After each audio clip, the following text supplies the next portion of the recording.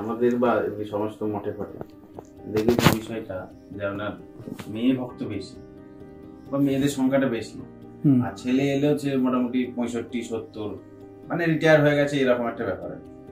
এইটা মানে কিভাবে হচ্ছে বিষয়টা? খুব কমন বিষয়। স্ত্রী যে প্রকৃতি, সাধারণ যে প্রকৃতি, পুরুষ স্ত্রী দুজনেই প্রকৃতি, কিন্তু there is a purpose of creation. যদি ক্রিয়েশন শব্দটা বলা হয়, পারপাস মানে প্রত্যেকেই নিজে নিজে পূর্ণ, ঠিক আছে? যেমন ফুলের পাপড়ি প্রত্যেকটাই পূর্ণ, কিন্তু প্রত্যেকের একটা পারপাস আছে। কোনোটা একদম তার রেণুগুলোর কাছে, তার একটা পারপাস, কোনোটা মিডল, কোনোটা একদম লোয়ার যেটা হোল্ড করে আছে, কিন্তু প্রত্যেকেরই গন্ধ এক। গোলাপের সব গন্ধ এক, কিন্তু পারপাস আছে। সাধারণত মেয়েরা আসে কয়েকটা কারণে, বেশি সব জায়গাতেই, এখানে বলে প্রশ্ন নয়। আমিও তো সেটা প্রথমে ভাবতাম, তাহলে তো এদের তো ব্রহ্মবিদুষী হবার কথা। যে হারে মহিলারা চারিদিকে, সে কীর্তনে তুমি দেখো, হ্যাঁ, সে ধর্মীয় স্থানে দেখো, মেয়েদের প্রভাব বেশি, পুরুষেরও প্রভাব বেশি হয়।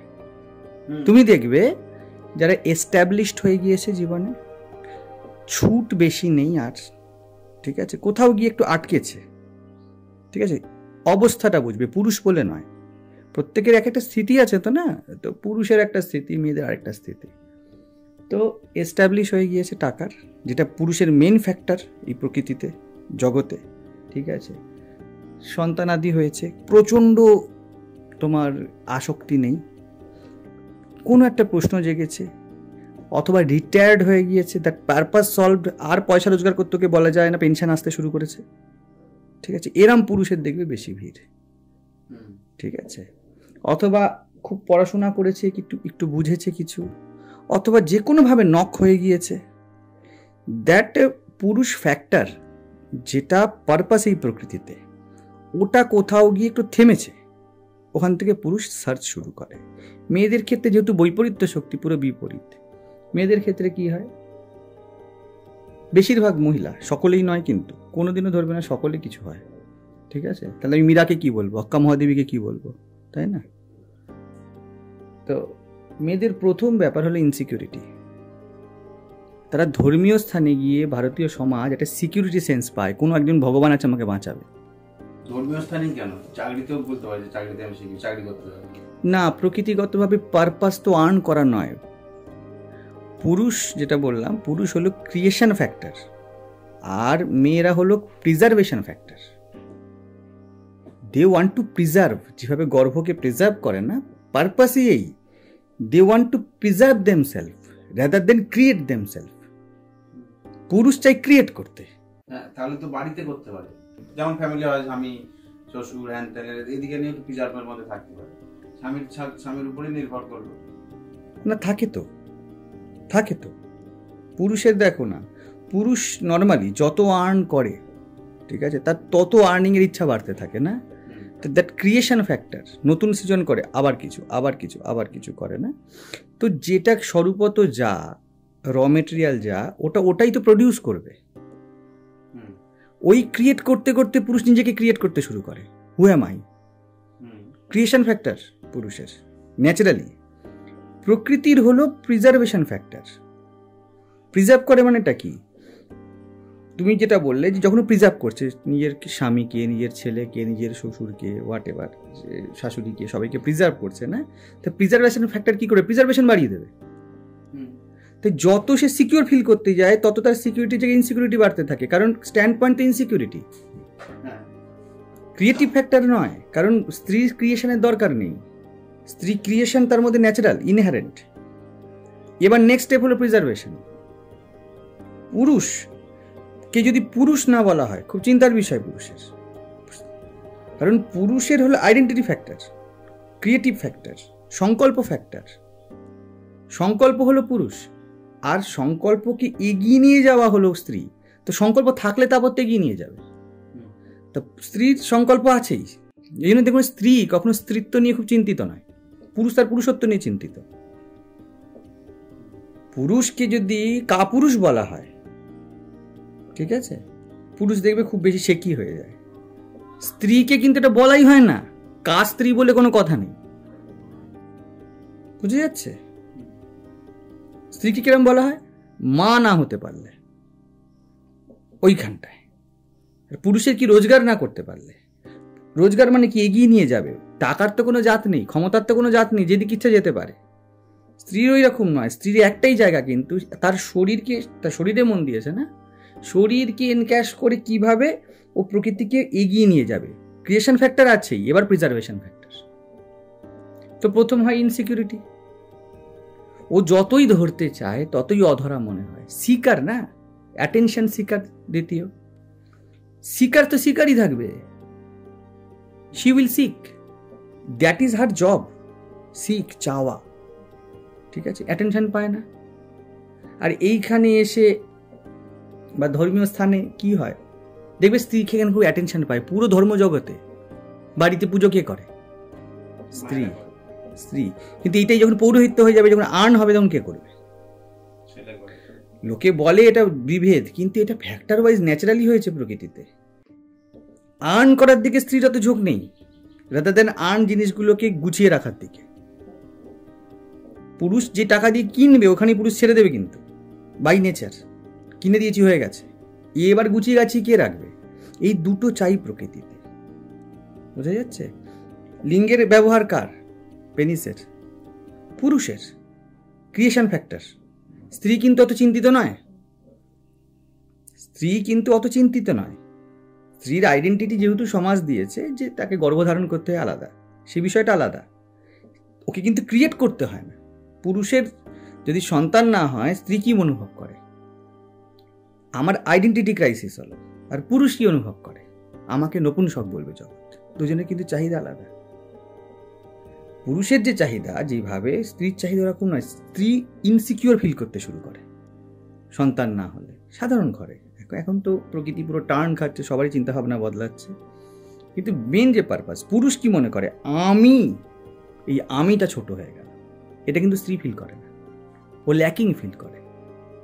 পুরুষ ইগোইস্টিক ফিল করে, আমার ইগোটা হার্ট হচ্ছে, ঠিক আছে? তো পুরুষ কিনে দিয়ে দেবে, আর স্ত্রী গুছিয়ে রাখবে। পুরুষ কি করবে? বীজ, বীজ পদপ্রিতা, বীজ দিয়ে দেবে, স্ত্রী গর্ভে প্রোটেক্ট করবে ওটাকে। That purpose. বাড়িতে মারা খাওয়া রান্না করে, প্রিজার্ভেশন ফ্যাক্টর। ও তোমার দেহটাকে প্রিজার্ভ করবে, কিভাবে ঠিক থাকে, ক্রিয়েট করছে না, যেটা আছে ওটাকে প্রিজার্ভ করছে। তো অ্যাটেনশন সিক করতে থাকে, সেটা পায় না। এখানে আসলে কি হয়? অ্যাটেনশনটা পেয়ে যায়। ধর্মজগতের কাজগুলো খুব হার্ড ওয়ার্ক নয়, পুজো পাজরা, যেগুলো সাধারণত প্রচলিত অর্থে হয়ে থাকে, ঠিক আছে? ওই জন্য অদ্বৈত বেদান্তে মেয়েদের খুব একটা জায়গা দেখবে না। এখানে ক্রিয়েশন ফ্যাক্টর। আমাদের এখানেও আসে, আমি ওটা বলি তো, যে আপনাদের তো ব্রহ্মবিদুষী হওয়া উচিত, কিন্তু ওটা করে কি করছে? মানে ওর ঝোঁক কোন দিকে? আত্মা হিসাবে নিজেকে জানতে পারলে আমার প্রিজার্ভেশন ফ্যাক্টরটা ঠিক হয়ে যাবে। আমি নতুন করে জন্মাবো, দ্যাট ক্রিয়েশন ফ্যাক্টর, এটা সাধারণত পুরুষের মধ্যে। এই জন্য আচার্য শঙ্কর বলেছেন যে পুরুষ দেহের শ্রেষ্ঠ। এটা কোনো পক্ষপাতিত্ব নয়। তাহলে কি স্ত্রী দেহ হতে পারে না? হতে তো পারে, হতে তো সব পারে। কোনো পুরুষ কি নিজেকে ইনসিকিউর ফিল করে না? অবশ্যই করে, কিন্তু ইন জেনারেল দ্যাট পারপাস। তো আত্মা সবই তো, যেমন বলছে সাপও আত্মা, ব্যাঙও আত্মা, কি আত্মা নয়? গাছও আত্মা। কিন্তু এই প্রকৃতির কার্যকারণে, যদিও এটা অকারণ তত্ত্ব, তবে একদম সারফেসে তো কারণ ভাসে, মনে হয় অ্যাজ ইফ। এখন তো বিজ্ঞানও বলছে কোনো কারণ নেই ভিতরে, ভিতরটা টোটাল কি আনসার্টেনিটি। এই সাটেল স্তরে প্রকৃতি পুরো আনসার্টেন। উপর থেকে একটা মনে হয় যে একটা অর্ডারলিনেস আছে, কিন্তু ভিতরে পুরো ক্যাওস চলছে চারিদিকে, কোনো কিছু মানে এটা সার্টেন করাই যাবে না, একদম বলাই যাবে না। আনসার্টেনিটি ইজ দ্য র মেটেরিয়াল, সার্টেনিটি উপর থেকে দেখা যাচ্ছে। তো এইরকম উপরে উপরে স্ত্রী এই লেয়ারটাকে অতিক্রম করতে পারে না, চারিদিক থেকে সে নিজেকে ধরে রাখতে চায়, তার আইডেন্টিটির পার্ট।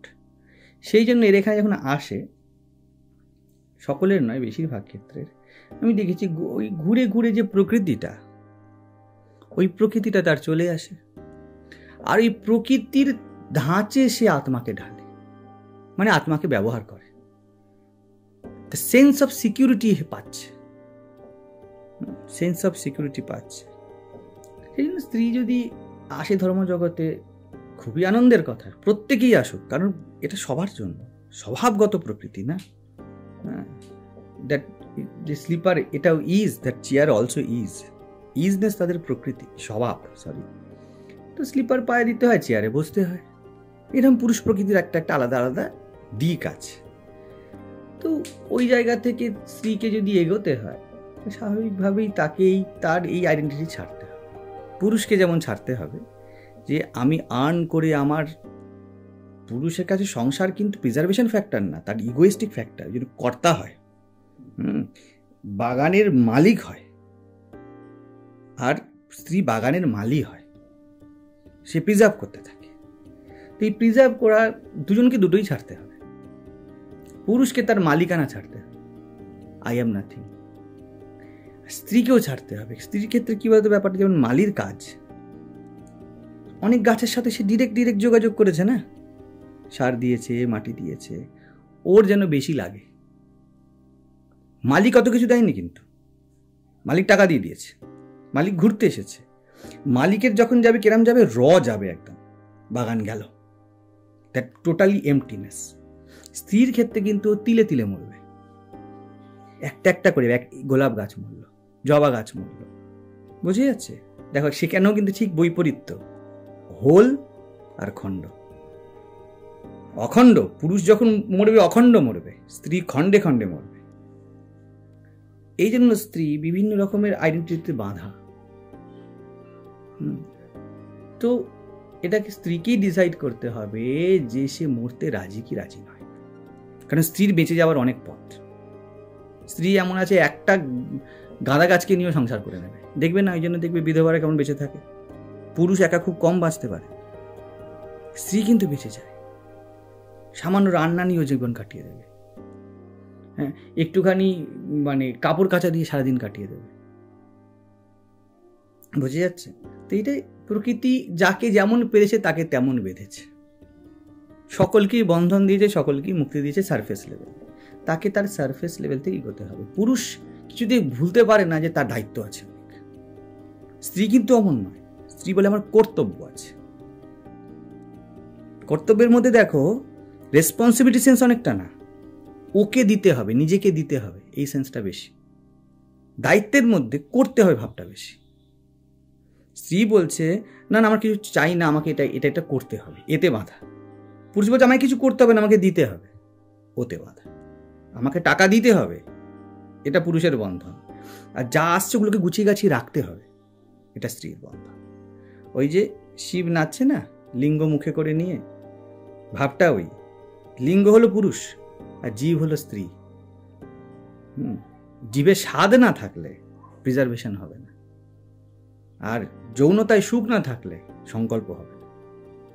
এই দুটোকে নিয়ে দুটো ফ্যাক্টর যেন বৈপরীত্য পুরো। একটা রাখতে চাইছে আর একটা এগাতে চাইছে, একটা জমি দিতে চাইছে আর একটা প্রসিড করতে চাইছে। ঠিক আছে? এই দুটোর খেলা, এই দ্বন্দ্বের খেলাই প্রকৃতি অস্তিত্ব। তো এই দ্বন্দ্ব একদম সারফেস লেভেলে, ইনকোর কোনো দ্বন্দ্ব নেই। পুরুষও যা স্ত্রীও তাই, কিন্তু দুজনকে এই দুটো ছাড়তে হবে, নাহলে হবে না। বুঝতে পারছো কেন আসে স্ত্রী? বেশিরভাগ স্ত্রী আসে তার প্রিজার্ভেশন ফ্যাক্টরকে দৃঢ় করতে। তার আইডেন্টিটিগুলো কি সে এক হাতে শক্ত করে ধরে থাকে, কিন্তু এই আইডেন্টিটিগুলো তাকে যে বারবার ব্যর্থ হয়ে যাচ্ছে, ঠিক আছে, এটা দেখতে চায় না বলে আত্মারা আরেকটা আইডেন্টিটি ধরতে আসে।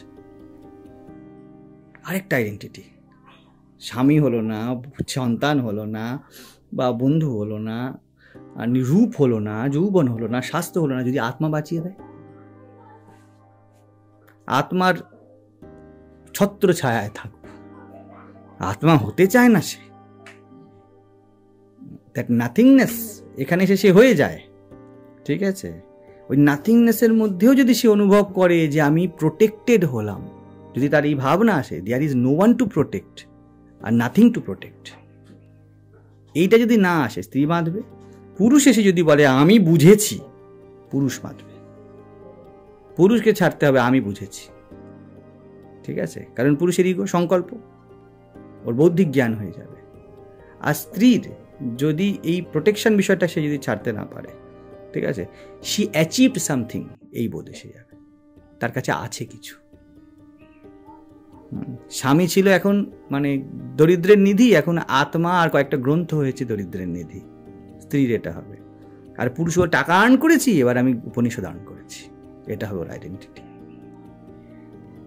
ইনকোর যদি নিজেদেরকে ডিলিট করতে রাজি হয়ে যায়, সেই ক্ষেত্রে বহুত তার সেই কোনো ভেদ নেই। এগুলো খুব কঠিন বিষয় না, একটু সামনে মানে একটুখানি আনবায়াসড হয়ে দেখলে স্ত্রী পুরুষ নিজেই বুঝতে পারবে আমি কি বলছি, নিজেই বুঝতে পারবে। উপরি কিন্তু অনেকে মনে করে স্ত্রীকে ছোট করা হয়েছে আর একে বড় করা হয়েছে, এখানে ছোট বড় ফ্যাক্টরই নয়, ঠিক আছে? ডান হাত ছোট আর বাঁ হাত বড় হতে পারে না। ডান হাত পুরুষ শক্তি, বাঁ হাত ব্যালেন্স স্ত্রী। তো এই দুটো না হলে কি করে চলবে? শক্তি আছে, ব্যালেন্স নেই, তোমাকে তো মেরে দেবে লোকে। আবার ব্যালেন্স করতে পারছো, শক্তি নেই, তোমাকে তো মেরে দেবে। তো বিষয়টা কিন্তু উপর থেকে কিন্তু বৈপরীত্য, কিন্তু আসলে সমন্বয়। তো প্রকৃতির যে ফ্যাক্টরটা স্ত্রীকে দিয়েছে, ওই যে বললাম খণ্ড খণ্ডে মরতে হবে। আর যদি কোনো উপায় থাকতো তুমি বলতাম যে উপায় আছে, কিন্তু আর কোনো উপায় নেই। স্ত্রীকে এই মানে প্রত্যেক খণ্ডে খণ্ডে মরা স্বীকার করতে হবে, আর পুরুষকে সাডেন ডেথ স্বীকার করতে হবে, শূন্য, দেয়ার ইজ নাথিং। স্ত্রীকে কেটে কেটে এগোতে হবে, কারণ স্ত্রীকে প্রকৃতি অমন নেচার দিয়েছে। দুজনের ক্ষেত্রেই দুটো পেইনফুল, একজনকে অপারেট করতে হবে আর একজনকে দীর্ঘ তাকে মেডিকেশন সহ্য করতে হবে। দীর্ঘ কিন্তু টাইম বেসড নয়, মাথায় রাখতে হবে, এটা টাইম বেসড নয়। আর কেউ যদি সরাসরি, সে পুরুষ হতে পারে স্ত্রী হতে পারে, এখানে মুক্তি আছে, কেউ যদি সরাসরি বলে আমি পুরুষ নই স্ত্রী নয়, নাও অল আর সেম, এইবারে কিন্তু আর কিছু নয়। শ্রবণ মনন নিদিধ্যাসন যদি এখান থেকে শুরু করে, তার আগে যদি আইডেন্টিটি না থাকে যে আমি পুরুষ বা স্ত্রী, যদি শুরুই হয় শ্রবণ মনন নিদিধ্যাসন থেকে, সবার জন্য রাস্তা সমান। যদি আইডেন্টিটি থেকে শুরু হয়, তখনই এত ভেদ। মানে কি বলতো, শীতকালে ঠান্ডা জলে নামবো কি নামবো না, নামবো কি নামবো না, এই যে ব্যাপারটা থাকে না, এটাতেই ভেদ। নেমে গেলে কিন্তু সবার জন্য সমান, কি পুরুষ কি স্ত্রী, তো ব্যাপারটা ওখান থেকে সবার জন্য সমান।